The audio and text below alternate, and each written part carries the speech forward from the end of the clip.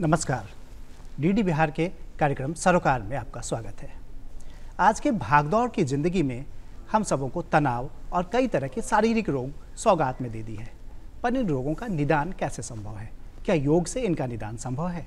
जी हाँ, अब हम इन्हीं मुद्दों पर चर्चा करेंगे। आज का हमारा विषय है स्वस्थ जीवन और योग, और इस पर चर्चा करने के लिए हमने आमंत्रित किया है अपने स्टूडियो में 3 खास मेहमानों को।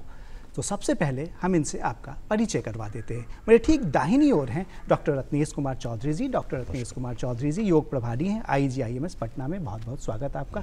और रत्नेश चौधरी जी के ठीक बगल में मौजूद है डॉक्टर दिवाकर तेजस्वी जी। ये जनरल फिजिशियन हैं। और दिवाकर तेजस्वी जी के ठीक बगल में उनकी दाहिनी ओर मौजूद है अमिताभ कुमार ओझा जी। अमिताभ कुमार ओझा जी वरिष्ठ पत्रकार हैं। आप तीनों का बहुत बहुत स्वागत आज की इस खास चर्चा में। तो जैसा कि हमने बताया कि जीवन शैली के लिए, स्वस्थ जीवन शैली के लिए योग कितना ज़रूरी है, क्या योग से बीमारियां ठीक हो सकती हैं, क्या आज के उस दौर में जब एलोपैथी की ओर लोगों का रुझान तेज़ी से बढ़ रहा है, ऐसे में क्या लगता है कि योग हमें उन बीमारियों से निजात दिला सकता है? या फिर जिस तरह से डिप्रेशन की स्थिति बढ़ती जा रही है, लोग मानसिक तनाव से ग्रस्त होते जा रहे हैं, क्या इस तनाव से मुक्ति का जो मार्ग है वो योग दिखाता है? इन तमाम पहलुओं पर आज हम बात करेंगे, इन तमाम पहलुओं पर हम चर्चा करेंगे। सबसे पहले हम चलते हैं डॉक्टर रत्नेश कुमार चौधरी जी के पास। डॉक्टर रत्नेश कुमार चौधरी जी, योग की बात हम अगर कर रहे हैं तो सबसे पहले तो हमारे दर्शकों को ये बताइए कि योग का इतिहास भारत में क्या रहा है, कैसे इसकी शुरुआत हुई? देखिए, सबसे पहले तो मैं आपको धन्यवाद देना चाहूँगा, दूरदर्शन को धन्यवाद देना चाहूँगा कि बहुत ही सुंदर आपने कार्यक्रम का एक प्रायोजन किया है। योग का इतिहास जो है लगभग 5000 साल पुराना है।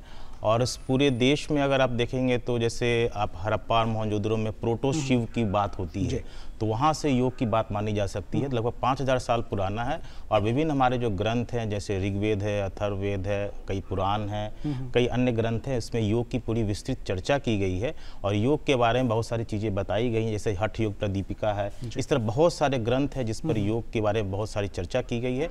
यह हुआ किताबी बातें। अगर आर्कियोलॉजी की बात करें, जैसे मैंने कहा आपको कि मोहनजोदड़ो में जो प्रोटो शिव है, वहाँ से भी योग के बारे में बातें की जा सकती हैं। कई बार जो है ऐसी ऐसी चीज़ें देखने को मिली हैं जो बताती हैं कि भारत में योग का जैसे नृत्य करते हुए बहुत सारे हमारे शिव की मूर्तियाँ मिली हैं। कई बार जो है अन्य देवी देवताओं की मूर्तियाँ मिली। तो कहीं ना कहीं योग से जो है हमारा संबंध लगभग 5000 साल पुराना रहा है। जी, काफ़ी पुराना इतिहास रहा है कहीं ना कहीं योग का। जी, डॉक्टर दिवाकर जी के पास चलते हैं। दिवाकर जी, अगर हम बात करें कि भाई योग की अगर हम बात करते हैं तो आज की जो आधुनिक पद्धति है एलोपैथ, तो वो कितना सामंजस्य रखता है योग से? अभी ये देखने में ये आ रहा है कि भाई योग को लेकर अब चिकित्सक भी कहते हैं कि भाई कुछ बीमारी जो है उसके लिए आप योग करिए, ध्यान करिए। तो क्या लगता है कि आज जो नई चिकित्सा पद्धति से एलोपैथ कहा जाता रहा है, क्या उसमें भी योग को मान्यता मिली है? अगर मान्यता मिली है तो किस तरह से मान्यता मिली है और कितना प्रभावशाली है उस चिकित्सा प्रणाली में भी योग? जी, बहुत अच्छा प्रश्न किया है। जो एलोपैथ या आधुनिक चिकित्सा प्रणाली है वो कॉज एंड इफेक्ट या फिर रैंडमाइज क्लिनिकल ट्रायल या फिर एक सटीक वैज्ञानिक तथ्य पर निर्भर करता है। तो उसके किसी रोग के कारण और निवारण में जो वैज्ञानिक तथ्य आते हैं उसके आधार पर जो आधुनिक चिकित्सा में जो शैली है वो ट्रीट करता है। लेकिन अभी देखी जा रही है कि बहुत सारे ऐसे रोग हैं जो लाइफ स्टाइल डिजीजेस जिन्हें कहते हैं, जो दैनिक दिनचर्या के बदलाव के कारण से, समस्याओं के कारण से बढ़ते जा रहे हैं। जैसे मधुमेह है या ब्लड प्रेशर है या आपका कार्डियक इश्यूज़ हैं, हार्ट का प्रॉब्लम है, ये सब लाइफ स्टाइल डिजीजेस बहुत ज़्यादा उस पर प्ले करता है। काफ़ी तेज़ी से बीमारियां भी बढ़ी हैं। और ऐसे में जो कुछ योग के जो टेस्ट हुए हैं और रेंडमाइज कंट्रोल ट्रायल भी हुए हैं, जैसे पोस्ट एंजियोप्लास्टी या पोस्ट जो कार्डियक सर्जरी हुई है, उसके बाद जब रिकवरी फेज़ में देखा गया जो कि योग को समाहित किया गया उसके रिकवरी के फेज़ में, और 2 ग्रुप बनाए गए जिसमें, और ये रेंडमाइज कंट्रोल ट्रायल था, और जिसमें देखा गया कि पोस्ट ऑपरेशन रिकवरी फेज़ में योग का योगदान रहा। उसमें बहुत अच्छे आउटकम्स निकले और सिग्निफिकेंटली डिफरेंट आउटकम्स निकले। उसी तरह से अभी योग जो है बहुत इम्पॉर्टेंट रूप से सप्लीमेंट और कॉम्प्लीमेंट आधुनिक चिकित्सा शैली को कर रहा है। और बहुत सारे ऐसी बीमारियां हैं जो अर्ली स्टेज में बच्चों में और इस सब में देखी जा रही हैं, उनमें भी योग का बहुत बड़ा रोल देखा जा रहा है। कैंसर के ट्रीटमेंट के बाद जो डिप्रेशन होता है और ट्रीटमेंट में जितनी परेशानियां होती हैं, उसके बाद भी एक बड़े कैंसर सेंटर पर एक रेंडमाइज कंट्रोल ट्रायल हुआ योग को लेकर के, और ये देखा गया कि डिप्रेसिव फीचर्स और जो कैंसर के जब ट्रीटमेंट के बाद जितनी परेशानियां बढ़ती उनको कम करने में बहुत इम्पॉर्टेंट रोल योग प्ले किया है।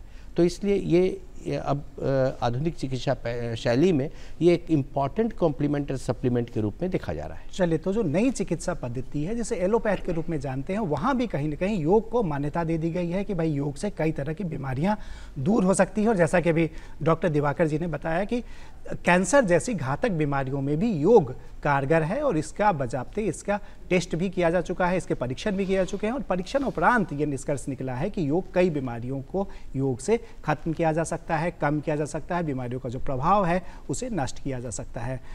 हम अमिताभ कुमार ओझा जी से जानते हैं। अमिताभ कुमार ओझा जी, अभी योग की बात हुई कि भाई किस तरह से एलोपैथ ने भी अब स्वीकार कर लिया है कि योग का प्रभाव जो है वो काफ़ी महत्वपूर्ण है। पर हमारे प्रधानमंत्री जी ने योग दिवस को अंतर्राष्ट्रीय ख्याति दिलवाई और आप पत्रकार हैं, क्या लगता है कि योग को जिस तरह से अंतर्राष्ट्रीय स्वीकारिता मिली है इसमें हमारी जो अंतर्राष्ट्रीय छवि है वो मजबूत हुई है, साथ ही साथ समाज पर इसका क्या असर पड़ा है जो योग दिवस इतने व्यापक रूप से जिस तरह से मनाया जाता है, भारत मनाता है और पूरी दुनिया बना रही है इसको? देखिए, बिल्कुल 2014 में जब प्रधानमंत्री बनने के बाद नरेंद्र मोदी जी ने यूएन के महोत्सव में योग दिवस, अंतर्राष्ट्रीय योग दिवस की बात रखी थी, तो आपको पता है 177 देशों ने सर्वसम्मति से इसे स्वीकार किया था और उसके बाद 2015 से अंतर्राष्ट्रीय योग दिवस मनाना शुरू हुआ था और आज योग अंतर्राष्ट्रीय योग दिवस सभी देशों में मनाया जा रहा है। और देखिए, पिछले साल ही भारत सरकार ने फ्रांस की एक वैसी 101 साल की महिला को पद्मश्री से सम्मानित किया था जो भारत कभी नहीं आई हैं, लेकिन योग के लिए पूरी दुनिया में वो प्रचार प्रसार करती आ रही हैं। इसके अलावा मंगोलिया में अलग से वहाँ पे विभाग बनाया गया है, मंगोलिया सरकार ने योग को लेकर विभाग बनाया हुआ है। जर्मनी में करीब 1 करोड़ वैसे योग प्रशिक्षक तैयार हो गए हैं जो अलग अलग इलाकों में, अलग अलग क्षेत्रों में जाकर योग का प्रशिक्षण देने का काम कर रहे हैं। और आज पूरे दुनिया भर से लोग इंडिया आते हैं और यहाँ पे योग के कल्चर को समझ रहे हैं, योग को समझ रहे हैं। तो ये एक बहुत बड़ी उपलब्धि है। निश्चित तौर पे एक वैश्विक जो स्वरूप है योग, जो कि योग जहाँ भी चर्चा होता है कि भारतीय संस्कृति का से निकला हुआ है, तो ये एक पूरी दुनिया अब इसके मानने लगी है कि योग का एक क्या प्रभाव रहा है और किस तरीके से पूरी दुनिया में योग ने भारत को, अगर महाशक्ति की हम विश्वगुरु की बात करते हैं, तो ये योग की एक बड़ी भूमिका उसमें। चलिए, तो पूरे भारत पे कहीं ना कहीं जो योग है उसका डंका बज रहा है, भारत के योग का डंका पूरे विश्व में बज रहा है और इससे वैश्विक छवि भारत की काफ़ी मजबूत हुई है। साथ ही साथ जो हमारा समाज है वो भी अब योग को इतना स्वीकार कर चुका है कि योग उनके दिनचर्या का हिस्सा बन गया है। अगर हम योग की बात करते हैं तो पतंजलि की बात उसमें बहुत महत्वपूर्ण हो जाती है, क्योंकि पतंजलि ने ही जितने भी योग रहे हमारे वेदों में सबको एकजुट किया और उसे एक आकार दिया। तो पतंजलि की अगर हम बात करते हैं और सबसे पहले रत्नेश चौधरी से बात करते हैं कि पतंजलि ने योग के 8 अंगों का जिक्र किया है। तो ये 8 अंग कौन से हैं? जैसे योग की अगर हम बात करते हैं तो सिर्फ हम ये कहते हैं कि भाई जो एक्सरसाइज है वो योग है। तो ये जो किताब आई, ये जो किस तरह से इसमें 8 अंगों का जिक्र किया गया? देखिए, पतंजलि जो उन्होंने जो पुस्तक लिखी उसमें जो है करीब करीब 108 श्लोक हैं और उसमें जो हमारे अष्टांग योग है उसकी चर्चा है। वह अष्टांग योग का जो हिस्सा है उसमें 8 हिस्से हैं, यम, नियम, आसन, प्राणायाम, धारणा, ध्यान और समाधि। तो ये 8 हिस्से मिलकर के पूरा योग बनाते हैं और इसको हम लोग अष्टांग योग कहते हैं। और मैं थोड़ा सा इसको चेंज करना चाहूँ कि सिर्फ आप महर्षि पतंजलि पर केंद्रित नहीं रहिए। हठ योग है, स्वर योग है, नाद योग है, भक्ति योग है, योग के कई प्रकार हैं। लेकिन वही योग के अगर जैसे प्रकारों की हम जिक्र करते हैं, प्रकारों की बात करते हैं, तो क्या इसमें आहार को लेकर भी कोई नियम है कि भाई अगर योग करते हैं तो किस तरह का आहार होना चाहिए या फिर मन की शुद्धि कैसे होनी चाहिए? बिल्कुल बिल्कुल सही आपका प्रश्न है। देखिए, कई बार हठ योग में जो है जो हमारा आहार है उसमें बहुत ज़्यादा चर्चा नहीं है, लेकिन प्राय ऐसा माना जाता है कि जब भी हम लोग योग करते हैं तो हमारा मन सात्विक होना चाहिए। हम यौगिक डाइट जिसकी बात करते हैं हमारे एलोपैथी में, थोड़ा सा मैं इसको और विषयांतर करूंगा कि MBBS के कोर्स में भी योग की पढ़ाई 2018 से शुरू की गई है और उसका कारण यही है कि जो यौगिक डाइट हम लोग देते हैं या कई बार आसन प्राणायाम करते हैं, कई बार उन डॉक्टर्स को जानकारी नहीं होती है, तो नेशनल मेडिकल काउंसिल ने उसने योग को इंक्लूड किया और उस आधार पर लोग डाइट भी बनाते हैं। डाइट की चर्चा आप कर रहे हैं, तो डाइट में होता है जैसे राजसिक डाइट, तामसिक डाइट और सात्विक डाइट। तो योग में जो है सात्विक डाइट को प्राथमिकता दी जाती ताकि शरीर पर जो सकारात्मक प्रभाव पड़े। और योग जो इतना विस्तृत हो गया है कि आप देखिए पूरे विश्व भर में, देश में तो है ही, पूरे विश्व भर में लोग योग के प्रति बहुत ज्यादा उनका रुझान है और उसी कारण जो सात्विक डाइट जो है वो भी तेजी से बढ़ता जा रहा है। तेजी से बढ़ रहा है जी। डॉक्टर दिवाकर जी, जैसे कि आपने बताया इन्होंने कि सात्विक जो है वो डाइट वो काफ़ी बढ़ता जा रहा है, तो कितना सहमत हैं आप इनसे? देखिए, मेडिकल साइंस में भी देखा गया है कि डाइट, न्यूट्रिशन बहुत इम्पॉर्टेंट रोल प्ले करता है किसी भी डिजीज़ के प्रोग्रेशन में या उसे रोकने में। अब इसमें देखा गया है कि जितनी भी जो फाइब्रस फ्रूट्स हैं, जिनमें फाइबर्स की मात्रा ज़्यादा है, जो बहुत ज़्यादा प्रोसेस्ड या अल्ट्रा प्रोसेस्ड नहीं है, जिनमें कोई प्रिजर्वेटिव नहीं यूज हुआ है, जो ताज़े हैं, और वो डेफिनेटली उसमें कार्डियक प्रॉब्लम होने की संभावनाएं कम है, उसमें डायबिटीज़ होने की संभावनाएं कम है, उसमें ब्लड प्रेशर होने की संभावनाएं कम है।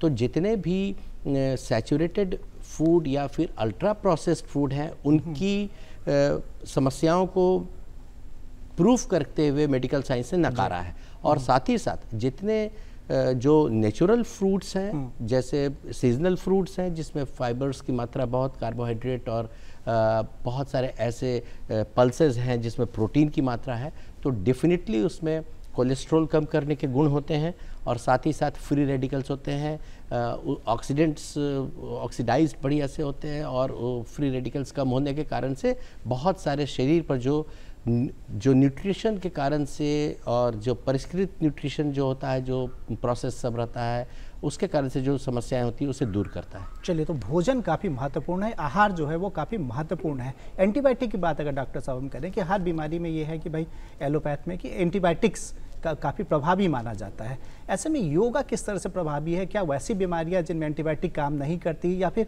या सामने पढ़ा एक रिसर्च में कि एंटीबायोटिक धीरे धीरे काम करना कम कर रही हैं कई बीमारियों में, तो वैसे में क्या इनका जो इलाज है वो योगा से किया जा सकता है, या फिर वैसी कौन कौन सी बीमारियां हैं जिनमें आपको लगता है कि योगा काफ़ी फायदेमंद है, काफ़ी प्रभावशाली है?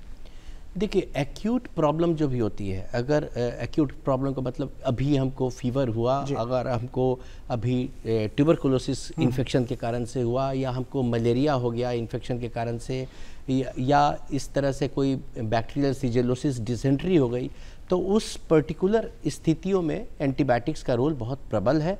और लेकिन अब लाइफ स्टाइल मॉडिफिकेशन है, माइल्ड लाइफ स्टाइल, अब हमको शुरू में ही कोई प्रॉब्लम नहीं है, अब कार्डियक हमको प्रॉब्लम आया है, तो उसमें एंटीबायोटिक्स का कोई पर्टिकुलर रोल नहीं है। मेरा डायबिटीज़ है और डायबिटीज़ बढ़ता जा रहा है, और हमको कोई अभी इन्फेक्शन नहीं हुआ है, केवल शुगर लेवल हाई हुआ है, उसमें एंटीबायोटिक का कोई रोल नहीं है। वहाँ पर योगा का रोल है। योगा क्या करता है कि जब आप योग करते हैं, जिसमें कि विशेषकर जो प्राणायाम करते हैं, अनुलोम विलोम, कपालभाति करते हैं, भ्रामरी करते हैं, तो उसमें कॉर्टिजोल लेवल कम होता है, और कॉर्टिजोल जो लेवल होता है वो इन्फ्लामेटरी मार्कर होता है, और ये देखा गया है कि जिसमें जितना कम कॉर्टिजोल लेवल रहता है तो उसमें इन्फ्लामेटरी प्रोसेसेस कम रहती है, तो उसमें हार्ट प्रॉब्लम होने की संभावना है, जो अनकंट्रोल्ड शुगर है उसको कंट्रोल करने की संभावना है, बीपी कंट्रोल करने की संभावना बहुत अधिक बढ़ जाती है।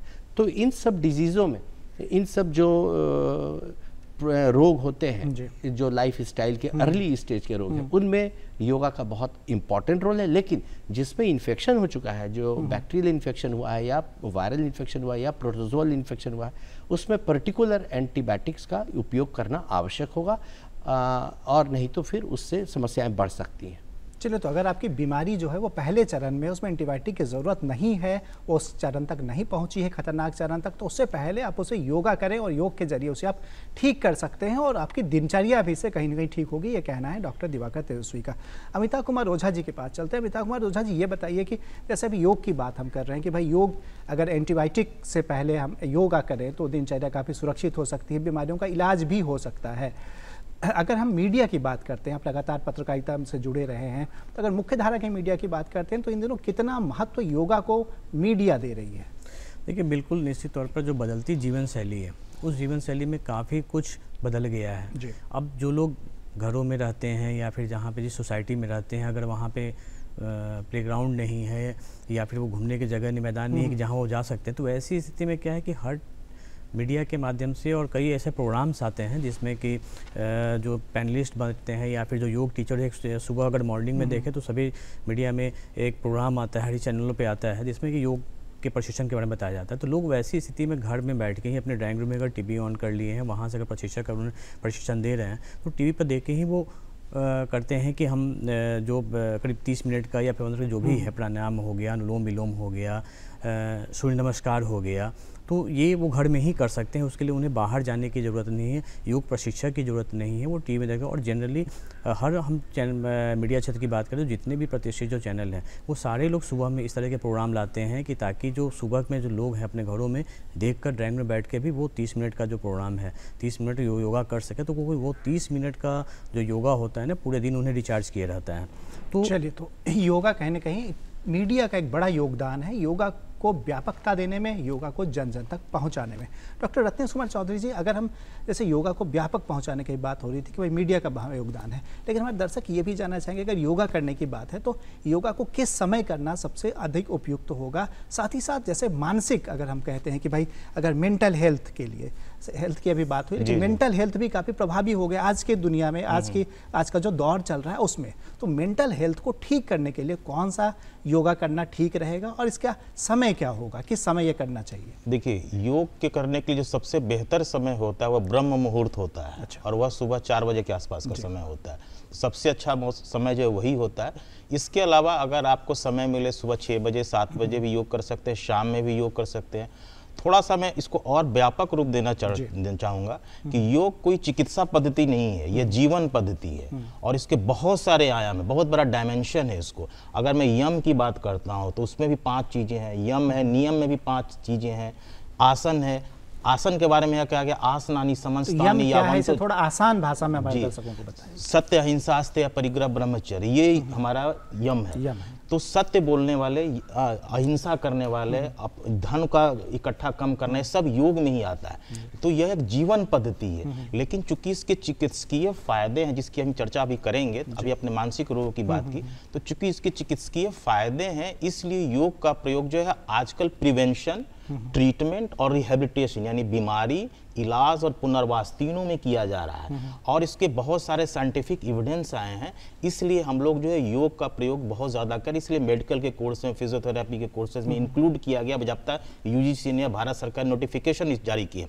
अब आई आपका प्रश्न था कि मानसिक रोगों में हम कैसे करें। देखिए, आज के समय जो दौड़ती भागती जिंदगी है उसमें जो है एक आम व्यक्ति, अगर बच्चे की बात करें तो ऑनलाइन ऑफलाइन क्लास कर रहा है, स्कूल दौड़ भाग कर रहा है। कोई वृद्ध व्यक्ति है उसके साथ भी बहुत सारी समस्याएं, तो कहीं ना कहीं धन की समस्या है, विद्या की समस्या है, तो मानसिक रोग की समस्या लगातार बढ़ती जा रही है। किसी को, कोई बैंकर है उसको समय पर अपने बैंक में पहुंचना है, इसलिए जो स्ट्रेस लेवल बहुत ज़्यादा हो रहा है। तो अगर हम लोग प्रॉपर ढंग से करीब 40 मिनट योग करें तो इन चीज़ों से बहुत फायदा कर सकता है। हमारी जो समस्या, योग अगर करना है तो कहाँ पर करें? इसे आउटडोर करना मैं उसी पर आ रहा, या फिर घर के अंदर कर सकते हैं, कैसे करें? कायदे से योग वहाँ करें जहाँ की खुली जगह हो, शुद्ध हवा आती हो, जहाँ अगर रोशनी हो बेहतर तो वहाँ पर करें। यह आपके जो कपड़े होने चाहिए बिल्कुल फ्री होने चाहिए, ऐसा नहीं कोई टाइट हो। और योग जो है सुबह में करें तो ज़्यादा अच्छा है। और उसके अलावा योग करने का जो टाइमिंग है 35-40 मिनट आप जरूर करें। उसमें आप जो है जो प्राणायाम करें, उसके अलावा आसन करें, प्राणायाम करें, ध्यान करें, 3 चीज़ें तो जरूरी करें ताकि आपको मानसिक रोग से बहुत फायदा मिले। और उसमें जो है आपको मानसिक रोग ना भी हो, अगर है तो उससे आप बेहतर हो सके। कई बार दवा के साथ, कई बार बिना दवा के साथ आप प्रयोग कर सकते हैं। और ऐसा सब देखा गया, ऐसा देखा गया कि जो लोग नियमित रूप से योग करते हैं उनका blood pressure 110/70 mm of Hg यानी पारा से ज़्यादा नहीं बढ़ता है। तो एक बहुत बड़ा उदाहरण है, बहुत बड़ा एक प्रमाण है इन चीज़ों का। इसके अलावा लोग फंक्शनल MRI कराते हैं जिससे brain waves alpha beta theta बहुत सारी निकलती हैं। और उसके अलावा EEG कराते हैं, वहाँ पर देखा गया है कि जो योग करने वाले हैं उनमें सकारात्मक विचार ज़्यादा आते हैं, वो ज़्यादा एनर्जेटिक होते हैं, उनको नींद अच्छी आती है, वो ज़्यादा क्रिएटिव होते हैं। चलिए, तो योग करने से कहीं सकारात्मक जो विचार हैं वो भी बढ़ता है और ये आपके मानसिक स्वास्थ्य को काफ़ी मजबूत करता है। लेकिन अगर हम बात करें कि योग आप कर रहे हैं, उसके बाद उनकी जो खान पान की जैसा हमने जिक्र किया, तो योग करने के बाद पानी की एक महत्वपूर्ण भूमिका है। तो किस तरह से पानी पहले पीना चाहिए, पानी बाद में पीना चाहिए, या फिर खान पान योग के बाद क्या तुरंत नाश्ता करना फायदेमंद होगा या फिर कुछ देर खाली पेट रहें? कई तरह की भ्रांतियां होती हैं। जी। तो इसे थोड़ा क्लियर बिल्कुल, बहुत अच्छा प्रश्न है आपका। प्रायः योग जो है हम लोग खाली पेट करना चाहिए। अगर हमने खाना या नाश्ता कर लिया है तो उसके 3 घंटे के बाद करें। साथ ही साथ जैसे अगर ठंड का समय है, अगर किसी को कोई बीमारी नहीं है जैसे तो लगभग 2-3 लीटर आप प्रतिदिन पानी पीते हैं। गर्मी का दिन हो तो 4 लीटर के आसपास पानी पीते हैं। योग करने के तुरंत बाद अगर जैसे योग भी बहुत सारे, अगर बहुत तेजी से बहुत सारे जैसे दुर्तासन कर रहे हैं तो आपको तुरंत पानी नहीं पीना चाहिए, बल्कि आपको जो है आधे घंटे इंतजार करना चाहिए, क्योंकि शरीर गर्म हो जाता है। 20 मिनट से आधे इंतजार करने के बाद आप पानी पी सकते हैं। और जो आपकी दिनचर्या है उस हिसाब से, अगर ठंड है तो 2 से 3 लीटर, एडल्ट की मैं बात कर रहा हूँ, और यह भी कोई गर्मी का समय है तो लगभग 4-5 लीटर आप आराम से पानी पी सकते हैं, या फिर लिक्विड डाइट ले सकते हैं। जी चलो, तो योग करने के साथ साथ अगर आप इस तरह के आहार, इस तरह के डाइट चार्ट का प्रयोग करेंगे तो ये योग आपके लिए और भी अधिक फायदेमंद होगा। दिवाकर तेसुई से जानते हैं, दिवाकर जी जैसा योग की लगातार बात हो रही है, योग की महत्ता की हम लगातार चर्चा कर रहे हैं, लेकिन अगर बच्चों की बात हम करें तो बच्चों को किस तरह से योग करना चाहिए, और ख़ासतौर से क्या आप ये मानते हैं कि बच्चों को जिस तरह से शिक्षा दी जाती है तो योग की शिक्षा भी महत्वपूर्ण है क्या उनके लिए? योग की शिक्षा भी, योग की ट्रेनिंग भी उन्हें देनी चाहिए, और अगर देनी चाहिए तो किस तरह से देनी चाहिए? जी, आज के दिन में बच्चों में भी बहुत सारी परेशानियां बढ़नी शुरू हो गई हैं, और एक मानसिक दबाव भी बच्चों पे, बस्ते का बोझ काफ़ी ज़्यादा है, बस्ते का बोझ है ज़्यादा, वर्चुअल वर्ल्ड में रह रहे हैं, जो खेलने कूदने वाली स्थिति है वो अपने मोबाइल में ही फिक्स होकर के रह जा रहे हैं, तो उनमें देखी जा रही है इस सब कारणों से ओबेसिटी बढ़ती जा रही है बच्चों में, गैस्ट्राइटिस, एसिडिटी बढ़ती जा रही है, और बच्चों में बहुत सारे ऐसी व्याधियाँ, बीमारियाँ आती जा रही हैं जो पहले नहीं देखी जा रही थी। ऐसे में योग का उपयोग, क्योंकि वो लाइफ स्टाइल के कारण से बच्चों में इस तरह की बीमारी आ रही हैं, योग बहुत इम्पॉर्टेंट रोल प्ले कर रहा है। और कहीं कहीं जो स्टडीज़ हुई है जहाँ बच्चों को स्कूल में योग सिखाया गया है, वहाँ पर देखा गया कि ओबेसिटी, मोटापे की समस्या, या फिर एसिडिटी या इरिटेबिलिटी कम होती है, और साथ ही साथ जो वर्चुअल वर्ल्ड में जो बर्नआउट हो जाते हैं बच्चे अपने पढ़ाई में, एग्ज़ाम्स में, और मोबाइल में, टीवी में, इतनी ज़्यादा स्क्रीन टाइम, आँखों की रोशनी में, सब में असर कर रहा है वो। और इस स्थिति में विशेषकर योगा बहुत फ़ायदेमंद सिद्ध हो रहा है। और योगा करने के लिए स्कूल में और बच्चों में जो देखा गया, वो देखा गया है कि अगर 25 मिनट का अगर योग कोई बच्चा कर रहा है तो उससे उसके बहुत आयाम में फ़ायदे होते हैं। एक तो स्वास्थ्य, पॉजिटिव हेल्थ होता है, दूसरा वो उसके लाइफ में अनुशासन आता है। बहुत सारे स्कूल ऐसे रेजिडेंशियल स्कूल जैसे नेतरहाट थे, तो वहाँ पर बहुत पहले से योगा कराया जाता था, और बच्चों में एडजस्टिबिलिटी बहुत ज़्यादा आती है, उनमें डिसीजन ले जो मैच्योरिटी होती है, एमिगडाला होता है ब्रेन का, एक कॉर्टेक्स होता है एक एरिया जो डिफरेंट टाइप में मैच्योर करता है। जो लोग योगा करते हैं, जो लोग अपने जो मन को, हृदय को, शरीर को एक सामंजस्य आत्मा से सेट करते हैं, उनमें देखा गया कि बहुत विचलित वो नहीं हो पाते हैं, और जो डिसीजन मेकिंग और बिहेवियरल जो सेंटर है ब्रेन का, वो परिपक्व ज़्यादा होता है, क्योंकि ऑक्सीजनेशन ज़्यादा होती है, उनकी एकाग्रता ज़्यादा होती है। तो इस तरह से बच्चों से अगर शुरू कर दी जाती है तो उसके लाइफ लॉन्ग अच्छे परिणाम निकलते हैं, और उसमें बीमारियां भी कम होती है, लाइफ स्टाइल डिजीज़, और साथ ही साथ उनमें अनुशासन भी आता है। चलिए, तो आज का जो डिजिटल एरा है, आज का जो डिजिटल युग है, और बच्चे जिस तरह से मोबाइल, लैपटॉप और अन्य डिजिटल साइट से चिपके होते हैं और उन्हें एक नशा सा होता जाता है, तो वैसे में अगर आप बच्चों को योगा का प्रशिक्षण शुरू से देते हैं, अगर बच्चे लगातार योगा करते हैं तो उनका जो मस्तिष्क है वो काफ़ी उन्नत होता है, मस्तिष्क काफ़ी तेज होता है, और कई तरह की विकृतियों से वो बचे रहते हैं। अमिताभ कुमार जी के पास चलते हैं। अमिताभ कुमार जी, ये बताइए कि जिस तरह से अभी बच्चों की बात हो रही थी कि भाई बच्चे जो हैं कई तरह के बीमारियों से बचे होते हैं योगा करने पे, लेकिन अगर हम समाज को देखें तो 2 महत्वपूर्ण वर्गों में विभक्त होता है। एक तो शहरी समाज हमारा, एक ग्रामीण समाज हमारा। तो जो शहरी समाज है आज तो वो योग के प्रति काफ़ी जागरूक हुआ है, जैसे आपने बताया कि टेलीविज़न के जरिए भी वो योगा सीख रहे हैं, टेलीविज़न के जरिए भी योगा कर रहे हैं। लेकिन जो हमारा ग्रामीण समाज है, क्या लगता है ग्रामीण क्षेत्र में भी आप लगातार जाते रहते हैं, वो कितना अवेयर है, कितना वो मानता है योग को, और योग के प्रति कितना उन्मुख है? देखिए, बिल्कुल सही सवाल है। जो ग्रामीण परिवेश की अगर हम बात करें तो देखिए, ग्रामीण परिवेश में भले ही आज के डेट में मोबाइल हर के हाथ में है, चाहे शहरी हो या ग्रामीण है, मोबाइल डिवाइस है, लेकिन हर चीज़ का एक नेगेटिव और पॉजिटिव एस्पेक्ट होता है। तो अगर हम बात करें तो देखिए, मोबाइल पे जिस तरीके के योग के संबंध में जो आते हैं, तो वो भी कहीं ना कहीं, जैसा कि रत्नेश जी ने कहा, अगर सही से गाइडेंस नहीं मिले, सही से अगर नहीं मिले, तो सिर्फ आप देख के ही बिना योग प्रशिक्षक के आप ठीक से नहीं कर सकते हैं। ग्रामीण की बात करें तो देखिए, ग्रामीण क्षेत्र का जो परिवेश आज भी है वो मेहनत कश होते हैं। सुबह उनकी जो दिनचर्या होती है वो सुबह ब्रह्म मुहूर्त से ही शुरू होती है, 4 बजे से शुरू होती है, चाहे वो बच्चे हों या फिर बुजुर्ग हों। शहरों में वो स्थिति थोड़ी सी भिन्न होती है। अभी भी एक खास वर्ग है जो इनकी सुबह 7-8 बजे होती है, वो सुबह मॉर्निंग में नहीं आते। लेकिन जो ग्रामीण क्षेत्रों में हैं तो वो रूटीन से बंधे हुए हैं। उनका दादाजी अगर योगा करते हैं तो बच्चे भी पोते भी देख के योगा कर रहे हैं। अभी भी जॉइंट माहौल है वहाँ पे, तो योगा करते हैं। उनके लिए ये मायने नहीं रखता है कि वो टीवी पे देख रहे हैं या नहीं देख रहे हैं, क्योंकि उनके दिनचर्या में ये चीज़ शामिल है। अभी भी गांव में कुश्ती होती है या फिर जो दूसरी दौड़ प्रतियोगिता, ये सारी चीज़ वहाँ होती रहती हैं। शहरों में परिस्थिति थोड़ी सी भिन्न है कि एक तो कि अब दादा दादी और ज्वाइंट कल्चर का नहीं, लेकिन फिर भी उनके लिए एक एकल समाज शहर में जो एकल समाज तो की उस परंपरा कंडीशन में वहाँ पे टीवी और मोबाइल जो हैं उस पे जो वीडियोज़ आते हैं वो देखते हैं। अब डायबिटीज़ हो गया, ब्लड प्रेशर हो गया, तो इन चीज़ों को लेकर कभी कई की क्लिपें आती हैं कि आप इस तरह से करें तो इस तरह से आसन करें तो आपका डायबिटीज़ कंट्रोल हो जाएगा, बीपी कंट्रोल होता। तो वो ज़्यादा इस पे कर्तव्य निर्भर ये करता है कि ये जो क्लिपिंग आते हैं, ये जो आते हैं वो कितने ऑथेंटिक होते हैं, क्या इनका कोई साइड इफेक्ट नहीं होता है। चलिए, काफ़ी महत्वपूर्ण आपने बात कही कि कितने ऑथेंटिक हैं। तो आप मीडिया में भी हैं, किस तरह से इन्हें जांचा जाए कि ये वीडियोज़ कितने ऑथेंटिक हैं? देखिए, एक तो होता है जैसे कि मान लीजिए कि कुछ जो चर्चित नाम हैं योग में, तो उनके जो वीडियोज़ आते हैं तो उनके अनुसार तो लोग कर सकते हैं। लेकिन बाकी भी जो कई वीडियोज़ आते हैं उसमें कई तरीके की प्रत्यागत कि आप अगर आधे घंटे कर 30 मिनट कर लीजिए तो आपकी डायबिटीज़ ख़त्म हो जाएगी। तो ये सब चीज़ों से बचना चाहिए, और इन सब चीज़ों से अगर इस तरह के जो वीडियोज़ आते हैं उनको देखने के बाद लोगों को भी अपने जज करना हो कि आप किसके वीडियोज़ देख रहे हैं। क्योंकि अभी व्यूज़ को लेकर, कंटेंट को लेकर अभी कोई अवेयरनेस लोगों में नहीं है। उनको ये लगता है कि सब वीडियो एक ही तरीके, लेकिन उसमें भी कहीं ना कहीं जो ऑथेंटिक हैं, जो योगा साइट हैं, उनको अनुसरण करना चाहिए। तो जो योग के वीडियोज़ आ रहे हैं उन्हें भी आपको पहले उनकी पड़ताल करनी होगी कि ये वीडियो कितने बेहतर हैं, कितने सत्य हैं, और उसके बाद आपको उसके अनुसार योग सीखना होगा। रत्नेश चौधरी से जानते हैं सर, वीडियो की बात यहाँ पर हुई कि भाई वीडियो जो आ रहे हैं, अभी अमिताभ जी ने बताया कि कई तरह के फेक वीडियोज़ भी आ रहे हैं।